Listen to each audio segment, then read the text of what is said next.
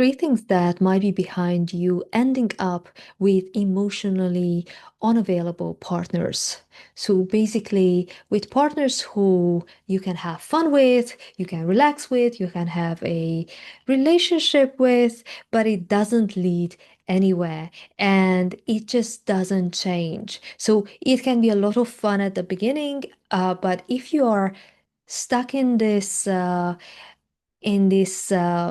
pattern and you now want something else. You don't just want to have fun, but you want to have a family, you want to have a committed relationship, then it can be really frustrating to go from one to the another to another. So three things that you could consider that might apply to you that could make you think about things so that you don't end up in another relationship that is leading you nowhere. First and foremost, asking yourself, am I ready to commit? So sometimes people who end up with people who are unavailable emotionally really have a fear of committing. And of course, committing with somebody or to somebody in a romantic relationship comes with risks because we can be abandoned. The relationship might end up not going where we wanted it to. So even when two people trust each other, love each other, they are building a life together, a lot of things can happen. So the reality is that there is a risk of losing our partner. There is a risk of them changing their minds. And of course, they are actually taking the same risks. We might change our minds, or we might grow apart. So a lot of things can happen. But if your actions are driven by these fears, rather than the idea that, well, I don't mind whether I lose them in a few years' time or whenever it might happen, or if it happens at all. What matters is that today I am with somebody who I love, I can be open to, I can be vulnerable, I can be really honest with, and they actually do the same. So if you feel that you are driven by these fears and you might actually be avoiding commitment, this is something that you can work on so that you actually reflect this, you actually show this that you are ready to commit and you truly believe it. The second thing is that sometimes we equate intimacy and connection with anxiety and unpredictability. And this is especially the case of people who grew up in households where this was the norm, where somehow the attachment was such either that it was the relationship with our primary caregiver. So this is how that their love was just not predictable, that sometimes they were there, sometimes they weren't, or that's something that they modeled. That's what we saw in the relationship of our parents or our caregivers, that they were not, there was no consistency, there was no real deep intimate connection. So what we find that is familiar is that all of this is missing.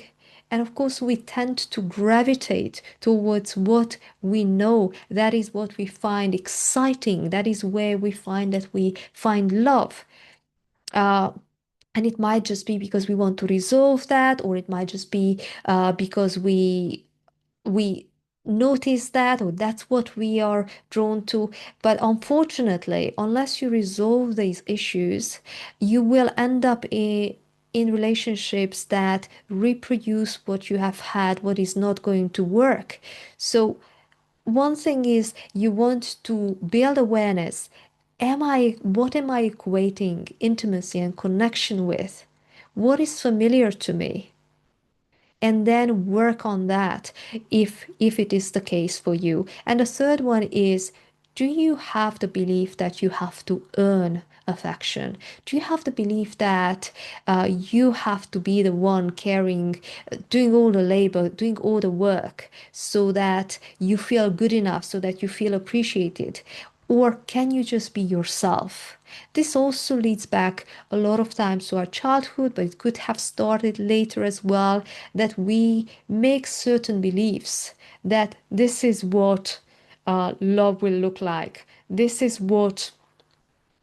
how I can get something. I can only get it, I can only have it, I can only hold on to it if I put something in it, if I do something instead. And yes, in relationships, we will need to make sacrifices. Yes, we will need to be there and support the other person. Yes, there is a lot of give and take.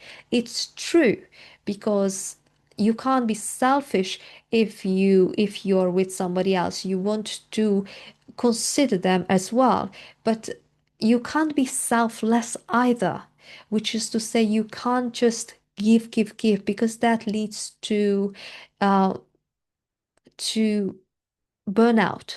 You will be emotionally burnout. It will impact your mental and physical well-being. And of course, you cannot grow as such. So if you feel that you are always the one doing all the work, then you might want to ask yourself, where does this belief come from? Is this belief really relevant? Is it even my belief? Is it something that was passed down to me? Is it something that I want to impact my life today? And then you will want to change it if that's the case. So you might need to learn to communicate what it is that you want. So if you're shying away from confrontations, then you will probably not have the skills, or you will not have developed the skills, at least in this context, a romantic context, to actually say what you want. And you might even be at a stage where you don't even know what you want, because you haven't really sat down to ask yourself what it is that you want. So first you might want to build awareness of, wait a minute, I can have wants and needs. I can voice them, and I can get them. And also that love is something that doesn't need all this labor, that I don't need to earn it, that you are already good enough. You are already the person they love. And of course, if you are with an emotionally unavailable person, then you're always chasing them because they are unavailable. And the chances are that you might be somebody who is anxiously attached. So the more they withdraw from you, the more you feel that it's a threat. So the more you pursue them, and the more you pursue them, the more they ignore you. And then the more you might feel that in order to really feel loved and feel good enough, uh, and to finally feel that you can be loved, uh, you need to do even more, and that is actually not working, and it's actually not something that is part of a a committed, supportive, and loving, secure relationship. So, just to recap, if you are ending up in emotionally available or in a relationship with emotionally available people, then ask yourself these questions. Am I also trying to avoid commitment and vulnerability and honesty because I might feel that they might abandon me or leave me, or basically I'm expecting that there would be some sort of a doom coming up? Am I equating? So is unpredictability and anxiety, relationship anxiety, something that is familiar to me? Is it what I equate with intimacy and connection? And then third, do I have beliefs like I need to earn their love? I need to do the work so that they are available to me, or they are loving, or that if I do all this work, at the end of the road they will love me. So that it's always dangled somewhere in the future, rather than that's the baseline. That's where you're starting from, and that's what secure relationship is. That you're starting from, your baseline is love. and you might feel different ways when there is a trigger, when there is something bad happening, when there is a big stress going on in your life.